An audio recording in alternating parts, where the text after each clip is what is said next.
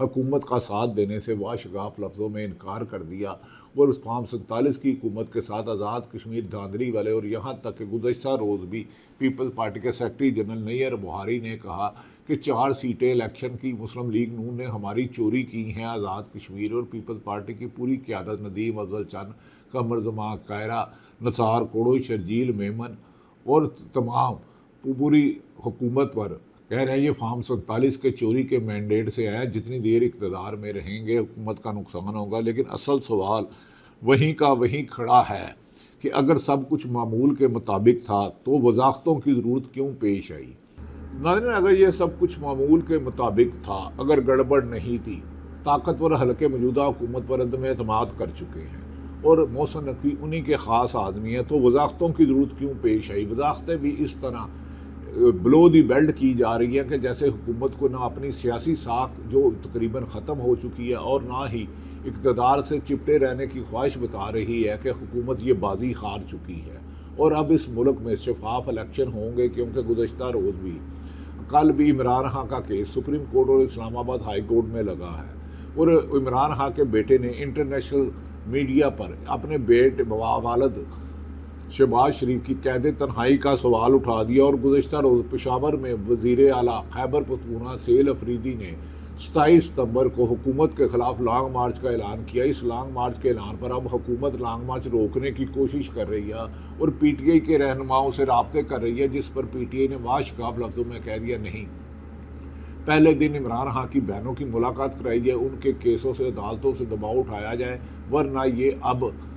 Long march ہو کر ہی رہے گا۔ ناظرین، اب پھر آ جاتے ہیں محسن نقوی کی سٹوری پر۔ پھر چند روز بعد ہی وہی محسن نقوی جس نے کہا تھا یہ سسٹم کلیپس کر گیا، اس سے کچھ نہیں نکلے گا، اس میں تبدیلی کرنی، نئے یونٹ بنانے پڑیں گے، نئے صوبے بنانے پڑیں گے، اور مختلف صحافی اس پہ کھل کے بات کر رہے ہیں، لیکن چوری کے مینڈیٹ والے آنے والوں کو صوبے بنانے کا کیا ایک تحصیل، ایک علاقے کی کونسل بنانے کا، کونسلر کا علاقے کا بھی حق نہیں ہو سکتا، لہذا اس کے لیے پھر شفاف الیکشن کی طرف جانا ہی حکومت کی مجبوری ہے۔ ناظرین، محسن نقوی کے اس بیان کے بعد ہلچل مچ گئی اور حکومتی صفوں میں خاصا خوف پایا جا رہا تھا، ہم آج گئے اور کل گئے۔ پھر چند دن بعد ہی وزیر داخلہ صحافیوں کے سامنے آئے اور کہا کہ یہ حکومت اپنی آئینی مدت، آئین میں تو الیکشن فراڈ چوری ہے ہی نہیں، آئینی مدت پوری کرے گی اور وزیر اعظم شہباز شریف 5 سال پورے کریں گے۔ ناظرین، جب بھی کوئی بار بار صفائیاں دیتا ہے 5 سال پورے کرے تو اس کا مطلب ہے اس حکومت کا وقت ختم ہو گیا، جیسے نواز شریف کا 2019 میں وقت ختم ہو گیا تھا، پھر شاہد خاقان عباسی آئے، اسی طرح 2 دفعہ پیپلز پارٹی کی حکومت مسلم لیگ نون نے گرائی، ضیاء الحق کے دور میں یا غلام اسحاق کے دور میں۔ یہاں اب محسن نقوی کے دوبارہ آ کے یہ تردیدی بیان دینا اور حکومت کے زخموں پہ مرہم رکھنے کا مطلب ہے یہاں سوال یہ نہیں کہ حکومت مدت پوری کرے گی یا نہیں، سوال یہ ہے کہ آخر ایسی یقین دہانی دینے کی ضرورت کیوں پیش آئی؟ دال میں کچھ نہیں کالا بلکہ پوری دال ہی کالی لگتی ہے۔ عام حالات میں کوئی وزیر کھڑے ہو کر یہ نہیں کہتا کہ حکومت اپنی مدت پوری کرے گی، کیونکہ وہ اس سیاسی جماعت سے بھی نہیں ہے، وہ تو طاقتور حلقوں کے ہیں، ان کا نہ پیپلز پارٹی سے تعلق ہے، پیپلز پارٹی ان سے ناراض ہو چکی ہے، اور مسلم لیگ نون تو ویسے ہی مریم نواز انہیں سخت نالاں ہیں، ان کا خیال تھا کہ یہ جب وزیر اعلیٰ بنے تو انہوں نے ترقیاتی فنڈ سارے کھڑے کر دیے، آج تک بھی ان کے درمیان میں خاصی دراڑ نظر آتی ہے۔ ایسی باتیں تب کی جاتی ہیں جب بازار میں خواہیں چل رہی ہوں اور جب سیاسی فضا میں بے یقینی پیدا ہو رہی ہو، جب مختلف حلقوں میں سوال اٹھنے لگیں تو پھر سمجھے معاملہ گڑبڑ ہے۔ ایسے ماحول میں رات گئے 3 بڑوں کی ملاقات ہوتی ہے اور یہ ملاقات بے وجہ نہیں ہے، کہتا ہے بے خودی بے سبب نہیں غالب، کچھ تو ہے جس کی پردہ داری ہے۔ ذرائع کے مطابق اس ملاقات کا حکومت کے استحکام، موجودہ سیاسی صورتحال، آئندہ چند ماہ کی ممکنہ فیصلوں پر تفصیلی گفتگو کی گئی اور آئندہ کا عمل بنایا گیا، جس میں حکومت کے لیے خطرے کی گھنٹی بج رہی ہے۔ اطلاعات یہ بھی ہیں کہ حکومت کو فوری طور پر عدم استحکام کا شکار نہ ہونے دینے پر اتفاق ہوا، لیکن خدشات کا اظہار بھی جاری کیا گیا۔ تاہم انتظامی اصلاحات اور بعض اہم تبدیلیوں پر زور دیا گیا، جس سے بیوروکریسی اور پولیس میں بڑی تبدیلی اور وزارتوں میں بھی تبدیلی کا امکان ظاہر کیا جا رہا ہے۔ اب ذرا ان تمام واقعات کو ایک لائن میں رکھ کر دیکھیں، ان کا تسلسل سے جائزہ لیں تو پھر پتہ لگتا ہے کہ حکومت اپنی ساکھ کھو بیٹھی ہے، جو عوام کے چوری کے مینڈیٹ سے آئی تھی، اب اس کے جانے کا وقت ہے۔ پہلے سسٹم کے ڈھہ جانے کی بات پر، پھر سیاسی ہلچل، پھر حکومتی رد عمل، اور پھر اچانک خاموشی کسی بڑے طوفان کا پیش خیم ہے، اور پھر رات گئے اہم ملاقات میں تو کچھ خاصا کچھ ہو گیا ہے اور حکومت کو وارننگ بھی مل گئی ہے، اور اس کے فوراً بعد حکومت کے 5 سال پورے کرنے کی یقین دہانی کے پیچھے بھی ایک بڑی خبر چھپی ہے جو اس حکومت کے لیے خطرے کی گھنٹی ہے۔ یہ تمام واقعات ایک دوسرے سے الگ نہیں کیے جا سکتے، ایک دوسرے کا تسلسل ہے، بلکہ ایک ہی سلسلے کی کڑیاں ہیں، محسوس ہوتی ہیں۔ لیکن سیاست میں ایک اصول ہمیشہ یاد رکھیں کہ سیاست کا اصول کوئی نہیں ہوتا ویسے تو، لیکن جب اقتدار کے ایوانوں میں وضاحتیں بڑھنے لگیں تو اس کا مطلب ہوتا ہے کہ سوال بھی بڑھ چکے ہیں، خدشات بھی بڑھ چکے ہیں، چارج شیٹ بھی بن چکی ہے۔ وضاحتیں اسی صورت میں آتی ہیں جہاں آگ لگے گی وہاں دھواں تو اٹھے گا۔ اب سوال یہ ہے کہ یہ ملاقات صرف موجودہ بحران کو ٹالنے کے لیے تھی یا پھر واقعی ہی آنے والے 2 سے 3 ماہ میں ایسے فیصلے ہونے جا رہے ہیں جو پاکستان کی سیاست کا رخ بدل سکتے ہیں۔ سوال یہ بڑا اہم ہے کہ کیا آنے والے دنوں میں، چند مہینوں میں ایسے فیصلے ہو رہے ہیں جو سیاست کا رخ ہی بدل دے اور اقتدار والے اپوزیشن اور اپوزیشن والے اقتدار میں آ جائیں؟ یہ ایک کویسچن ہے، اس کا جواب آئندہ چند دنوں میں کلیئر ہو جائے گا۔ لیکن پنڈی کے حلقے کہتے ہیں کہ صوبے بھی بنیں گے، یونٹ بھی بنیں گے، ورنہ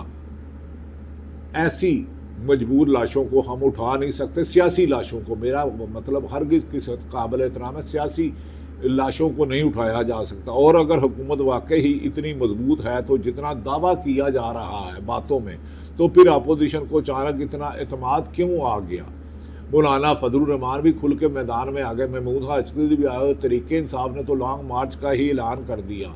کیونکہ اس دوران ایک بڑی خبر سامنے آتی ہے کہ تحریک انصاف نے اعلان کر دیا کہ 27 ستمبر کو اسلام آباد کا رخ کریں گے، اور اس اعلان کے ساتھ ہی ملک کی سیاست ایک نئے مرحلے میں داخل ہوتی ہوئی دکھائی دے رہی ہے، اور چاروں صوبوں میں لانگ مارچ کی تیاری کر دی گئی ہے پی ٹی آئی کی جانب سے، اور عمران خان سے ملاقات کے لیے بھی زور ڈالا جا رہا ہے، اور حکومت نے back door P T I سے رابطہ کر کے منت ترلا شروع کر دیا ہے کہ آپ اس کو لانگ مارچ کو ملتوی کریں، ہم ملاقاتیں بھی کراتے ہیں اور ذاتی معالجین سے عمران کا چیک اپ کراتے ہیں، مگر موجودہ حکومت اسے ٹرک کی بتی، اپوزیشن اسے ٹرک کی بتی کہتی ہے۔ انہوں نے کہا ماضی میں بھی ہم سے دھوکہ کیا گیا تھا، اب عمران خان کی رہائی کا فیصلہ یا تو عمران خان کو فوری طور پر ہسپتال منتقل کیا جائے، ان کی بہنوں سے ملاقات کرایا جائے، ورنہ دمادم مست قلندر ہوگا۔ ناظرین، اور تو وہ مقام ہے جو حکومت کے لیے اصل امتحان شروع ہو چکا ہے۔ اب ذرا حکومت کی مشکلات کا دوسرا رخ بھی دیکھ لیجئے، جس سے آپ کو اندازہ ہو جائے گا یہ حکومت کے پاؤں اکھڑ چکے ہیں اور یہ ڈگمگا رہی ہے۔ سیاست میں ایک بات ہمیشہ یاد رکھیں کہ حکومتیں صرف ایوانوں کے اندر نہیں، سڑکوں پر بھی آزمائی جاتی ہیں، اور اس وقت بظاہر ایسا لگ رہا ہے کہ حکومت کو ایک نہیں بلکہ کئی محاذوں پر بیک وقت دباؤ کا سامنا کرنا پڑتا ہے۔ معاشی تباہی، سیاسی عدم استحکام، بڑھتی ہوئی دہشت گردی، عوام کی ناپسندگی اور ووٹ چوری جیسے الزامات حکومت پر چارج شیٹ کی شکل میں اور کرپشن کے لگے ہوئے ہیں۔ پہلا محاذ تحریک انصاف نے کھول دیا ہے۔ خیبر پختونخوا کی قیادت نے واضح اعلان کر دیا ہے کہ اگر عمران خان سے ملاقات کا سلسلہ بحال نہ کیا گیا تو ان کے ذاتی معالجین تک رسائی نہ دی گئی تو مقدمات کی سماعت میں پیش رفت نہ ہوئی تو 27 ستمبر کو اسلام آباد کی طرف لانگ مارچ ہوگا اور دمادم مست قلندر ہوگا، اور اب تحریک انصاف گولی کھانے سے ریز نہیں کرے گی، تاہم پرامن احتجاج جاری رکھے گی۔ یہ صرف ایک احتجاج کی کال نہیں ہے، دراصل یہ حکومت کو ایک سیاسی پیغام ہے۔ میں مولانا فضل الرحمان بھی طریقے تحفظ آئین پاکستان اور پی ٹی آئی کے ساتھ مل کے اس تحریک کا حصہ بن سکتے ہیں، اس لانگ مارچ کا حصہ بن سکتے ہیں۔ محمود حاشمی نے کہا اب کے لانگ مارچ حکومت کے خاتمے تک ہوگا، کیونکہ یہ ڈمی سی حکومت عوامی مسائل حل کرنے کی بجائے عوام کے لیے مشکلات پیدا کرنے کی وجہ بن رہی ہے۔ تحریک انصاف یہ بتانا چاہتی ہے کہ اب دوبارہ سڑکوں پر آنے کے لیے تیار ہے۔ سوال یہ ہے کہ اس مرتبہ حکومت پہلے جیسی ہوگی یا کوئی نیا فارمولہ سامنے آئے گا۔ کیا حکومت اس مارچ کو روکنے کی کوشش کرے گی، پھر گولی چلائے گی، لاٹھی چارج کرے گی، گرفتاریاں کرے گی، مقدمہ درج کرے گی، شیلنگ کرے گی، روڈ بلاک کرے گی، خندقیں کھولے گی؟ کیا یہاں مذاکرات کی طرف جائیں گے، یہاں پھر ایک مرتبہ پھر تصادم سیاست دیکھنے کو ملے گی اور لڑائی جھگڑا ہوگا؟ ان سوالوں کے جواب ابھی کسی کے پاس نہیں ہے، لیکن اتنا ضرور ہے کہ اسلام آباد سیاست میں بے چینی اور بے قراری اور بڑھ گئی ہے، اور حکومت اپنے آپ کو خود خطرے میں محسوس کر رہی ہے۔ اب ذرا ایک طرف چلتے ہیں کہ حکومت شاید سمجھ رہی ہے کہ اصل چیلنج صرف طریق انصاف ہے، لیکن ایسا نہیں ہے، ایک اور جماعت بھی تیار ہو چکی ہے، یعنی کہ مولانا فضل الرحمان۔ دوسری طرف عمران خان کی مشیرہ